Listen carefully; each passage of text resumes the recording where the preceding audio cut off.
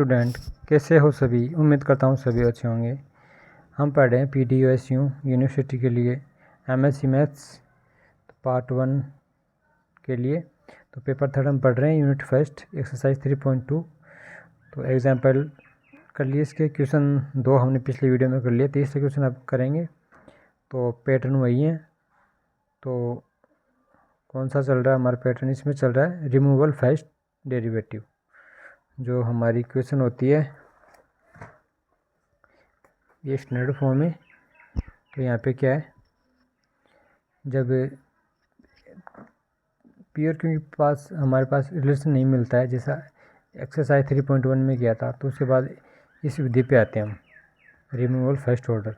तो इसमें क्या करते हैं, सबसे पहले स्टैंडर्ड फॉर्म में लिखते हैं, फिर पी क्यू आर की वैल्यू लिख लेते हैं, फिर हम इसको हटाने के लिए y1 मानते हैं। तो y1 का फॉर्मूला होता है e⁻⁻1/2 x²। जो मैं पूरा आपको सोल्व किया हुआ वो दिखा देता हूँ।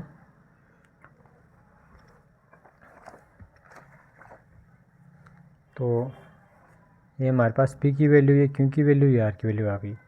यहाँ से y1 हमने निकाल लिया -1/2 pdx। तो ये हमारे पास वैल्यू आ गई। तो हम रखेंगे y बराबर v/y1, y बराबर v/y1, ठीक है। अब हम लिखेंगे the equation will take the form. ये इक्वेशन लास्ट में क्या रूप लेती है, d²v/dx² प्लस i_v/s। ये आई कैसे, ये हम लास्ट की वीडियो में आपको बता देंगे। तो अभी तक आप याद रख लो फॉर्मूले के रूप में। इसमें आई की वैल्यू होती है q -1/2 dp/dx -1/4 p², ठीक है। इसको सॉल्व करेंगे तो इसका वैल्यू आएगा 3, और s की वैल्यू निकालेंगे r/y1। ये r की वैल्यू है या y1 जो अभी निकाला था हमने। तो इसको सॉल्व करेंगे तो आएगा e⁻x। i और s की वैल्यू फॉर्मूले में रख देंगे, फिर इसको हम सॉल्व करेंगे।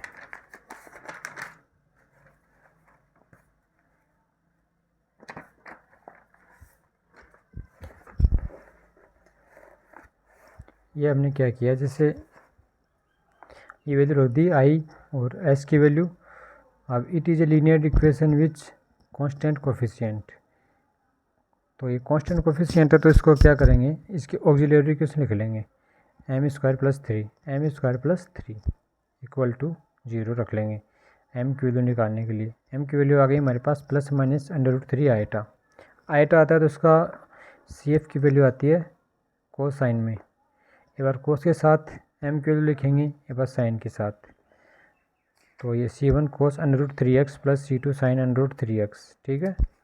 अब ये हमारे पास p की वैल्यू निकालेंगे। p की वैल्यू कैसे, पिछली वीडियो में बताया था r/, ये d² कहाँ से आया, ये पिछली वीडियो में मैंने बताया था, +3 कॉमन लेके v निकाल दिया, बाद के बचता है उसको हमने ट्रांसफ़र कर दिया। तो इसको सोल्व करेंगे। अब e⁻x है यहाँ पे, पिछली वीडियो में कांस्टेंट आया था, कांस्टेंट में इसकी जरूरत है। अगर यहाँ पे ये मानो हमारे पास 1 होता तो 1/3 इसका आंसर हो जाता। अभी यहाँ पे 1 नहीं है, तो हम क्या करेंगे, जब e की जितनी पावर होती है ना, x से गुना में जो होता है वो हम यहाँ पे रखेंगे। तो x से गुना में 1 है यहाँ पे, तो यहाँ पे 1 का स्क्वायर 1 हो गया, तो 1 + 3 = 4 हो गया। e⁻2x होता तो यहाँ 2 का स्क्वायर लिख देते। e⁻3x होता तो यहाँ पे हम 3 का स्क्वायर लिख देते। तो ये हमने कर दिया, 4 आ गया, ठीक है। तो हमारे पास CF और PI की वैल्यू आ गई। V = CF + PI होता है, CF + PI हमने लिख दिया, ठीक है। हमें चाहिए y की वैल्यू, तो y बराबर v⁻x² 2 होता है। तो हमने इसको v को e⁻x² से गुणा कर दिया, +1/4e, ठीक है। ये हमारा आंसर हो गया। तो इसी तरह से चौथा क्वेश्चन कर लेते हैं, सेम क्वेश्चन है। तो ऑलरेडी स्टैंडर्ड फॉर्म में है। यहाँ पे p की वैल्यू -2 tan x, q की वैल्यू 5, r की वैल्यू 0, ये हमने लिख दी।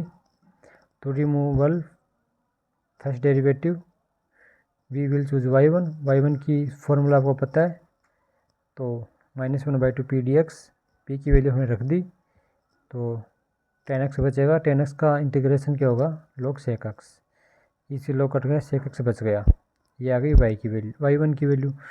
और अब हम लिखेंगे y = v/1 लिखेंगे, क्योंकि ये जो इक्वेशन है हमारी उसको v की फॉर्म में लिखेंगे, तो y = v/1, इसी से v की फॉर्म में इक्वेशन आती है, इसमें फर्स्ट डेरिवेटिव रिमूव हो जाता है, ठीक है। और इसमें i की वैल्यू q - 1/2 dp/dx -1/4 p का स्क्वायर। तो हमने क्या किया, इसको सॉल्व कर लिया। ये माइनस है ना, ये फॉर्मूले का है, ये -1/4 फॉर्मूले का है, ठीक है। और ये पी का स्क्वायर है, तो ये हमारे पास आई की वैल्यू आ गई। यहाँ पे एस की वैल्यू 0 आएगी, क्योंकि r/y1 होता है, आर की वैल्यू 0 है, तो एस की वैल्यू भी 0 हो जाएगी। अब हमारे पास ये दी गई इक्वेशन क्या होती है, आई और एस की वैल्यू रख दिया, तो d² + d6v = 0। ये लीनियर डिफरेंशियल इक्वेशन है विद कांस्टेंट कोफिशिएंट। सेम उसी तरह से होगी, इसका ऑक्सिलरी इक्वेशन निकालेंगे, उसे CF निकाल देंगे। तो ऑक्सिलरी इक्वेशन m² + 6 कैसे आया, m की पावर जितना वो इसका ऑर्डर का होता है ना, उतनी पावर आएगा, +6 = 0। यहाँ से m की वैल्यू हम निकालेंगे, आइटम में आती है तो इसका आंसर भी आइटम इस साइन कोस में आएगा, तो CF आएगा C1 कोस, एक बार आइटा की वैल्यू इधर रख लेंगे, एक बार C2 साइन, सॉरी m की वैल्यू एक बार यहाँ पे, एक बार यहाँ पे, ठीक है। तो p की वैल्यू 0 आएगी, क्योंकि यहाँ पे इक्वल में 0 है, ठीक है। तो v का मान यही हो जाएगा, CF जो हमारे पास है वही। तो हमें चाहिए y की वैल्यू, तो y = v sec x होता है, तो यहाँ पे y की वैल्यू होगी sec x C1 cos √x + C2 sin √x। तो जो भी आपको दिक्कत आ रही है आप हमको कमेंट में बता सकते हैं। तो CF PI निकालने में दिक्कत आए तो CF और PI का अलग से वीडियो बना देंगे। तो अभी तक के लिए इतना ही, वीडियो देखने के लिए धन्यवाद, बाय।